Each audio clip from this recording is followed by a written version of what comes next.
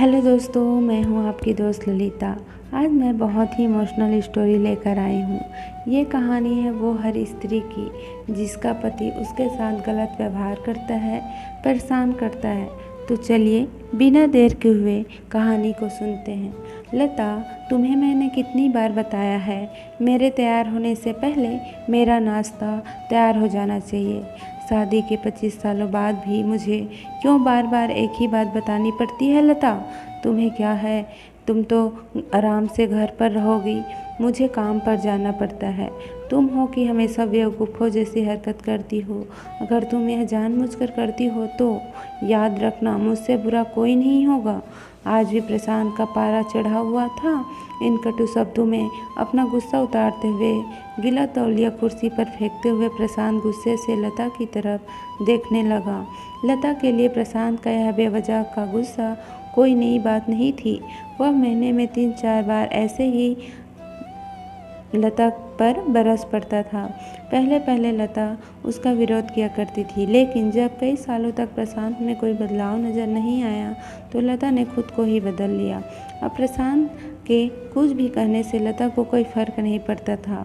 प्रशांत के हर बात को वह चुपचाप सिर नीचे झुकाए सुन लेती थी।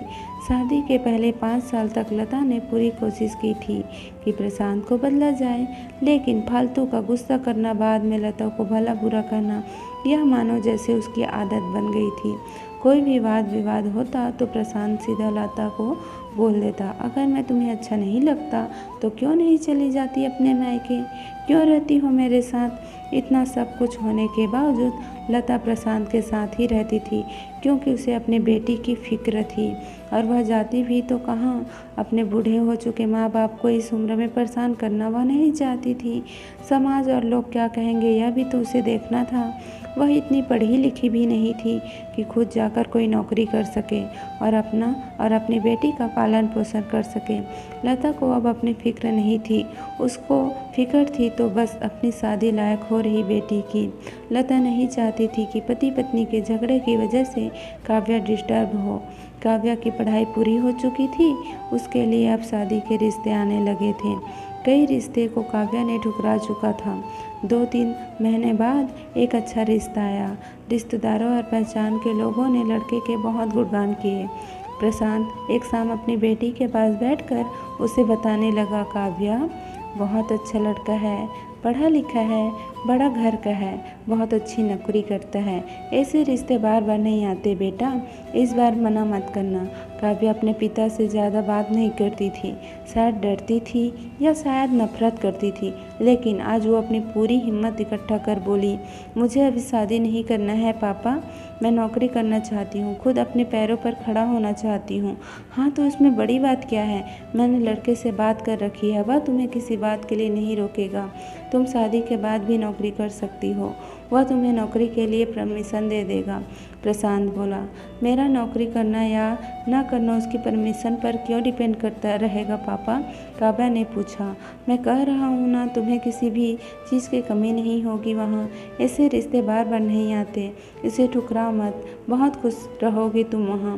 प्रशांत बोला, पापा मैं क्या उतनी खुश रहूँगी जितनी मम्मी इस घर में खुश हैं? काव्या ने तंज कसते हुए कहा, आज तुम्हारी ज़बान कुछ ज़्यादा नहीं चल रही? प्रशांत गुस्से से आंखें बड़े करते हुए बोला, पापा मुझे शादी नहीं करनी है, क्योंकि शादी के बाद अगर वह लड़का आपके जैसे निकला तो मैं क्या करूँगी? मुझे आपके जैसे जीवन साथी नहीं चाहिए, जो बिना बात के मुझे चिल्लाए और मुझे कुछ भी अपनी पसंद का लेने हो तो 10 बार सोचना पड़े, कहीं वह नाराज़ न हो जाए। मेरी तबीयत कैसे भी हो उसे के परवाह न हो। रोटी थोड़ी सी मोटी बन जाए तो उस घर को सर पे उठा ले, उसकी चेक बुक न मिले तो वह मुझ पर देश निकाले और हर छोटी मोटी बात पर मुझे मायके जाने के लिए कहे। काव्या ने अपना दिल खाली करते हुए पापा से सब कह दिया। प्रशांत का गुस्सा 7वें आसमान पर था, लेकिन उसके मुंह से एक भी शब्द नहीं फूट रहा था। वो काव्या की बातें सुन रहा था। काव्या उतना ही बोलकर चुप नहीं हुई। आज पहली बार वह अपने पापा के सामने इतना कुछ बोल रही थी। पापा अपने माँ के साथ हमेशा गलत व्यवहार किया। आप अपने ऑफिस का गुस्सा बिना सोचे समझे माँ पर उतार देते थे और कभी इस बात की परवाह भी नहीं करते थे उन्हें कैसा लगता होगा। आपकी बातें सुन सुन माँ ने अपना स्वाभिमान खो दिया। प्रशांत आज पहली बार अपने किए बर्ताव को महसूस कर पा रहा था। वो इतना ही बोल पाया, जो तुम्हारा मन है वो करो, मैं तो बस इतना बुरा हूँ ना। काव्या ने प्रशांत का हाथ पकड़ा और बोली, पापा मुझे सिर्फ एक सवाल का जवाब दे दो, क्या आप चाहेंगे कि मेरा पति आपके जैसा हो?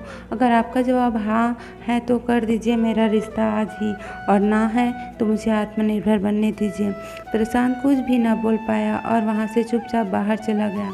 आज उसे लता के सामने जाने में भी शर्म आ रही थी। चलते चलते उसकी आंखों में आंसू बह रहे थे।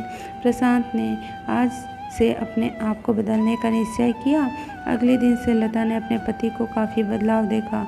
वह सोचने लगी कि जो हिम्मत काव्या ने दिखाई है वह हिम्मत अगर मैं पहले ही दिखा देती तो शायद आज परिस्थिति कुछ और होती। अब काव्या पढ़ लिख कर अच्छी नौकरी करने लगी थी और 3 साल बाद उसके लिए एक अच्छा रिश्ता आया और उसकी विदाई पर प्रशांत बोला, बेटा तू हमेशा खुश रहेगी क्योंकि तेरा पति तेरे बाप जैसा नहीं है। प्रशांत की यह बात सुनकर लता और काव्या की आंखों से आंसू बहने लगे। दोस्तों, हमारे समाज में औरतों को भले ही देवी का दर्जा दिया जाता है लेकिन वह स्वतंत्र नहीं दी जाती। उन्हें देनी चाहिए। उन्हें बचपन से ही बताया जाता है कि वह पराया धन है। स्कूल से आने में देरी हो जाए तो पिटाई मिलती है, मोबाइल पर बातें करते हुए दिख जाए तो लड़की खिड़की से झांकते हुए दिख जाए तो शक किया जाता है। माँ बाप का घर तुम्हारा नहीं है, पति का घर ही तुम्हारा है। जीवन भर यह बातें बता बता कर उन्हें ससुराल भेज दिया जाता है और एक दिन किसी छोटे मोटे झगड़े में ससुराल वालों से उन्हें सुनना पड़ता है कि इस घर को छोड़ दो और मायके चले जाओ। क्या अब आप ही बताओ दोस्तों, ऐसी स्त्री का सच्चा घर कौन सा है? आखिरकार वह किस घर को अपना घर कहे? दोस्तों, आपको कहानी कैसी लगी हमें कमेंट्स के द्वारा ज़रूर बताएं और ऐसे ही कहानी सुनने के लिए हमारे चैनल को सब्सक्राइब करें। धन्यवाद। राधे।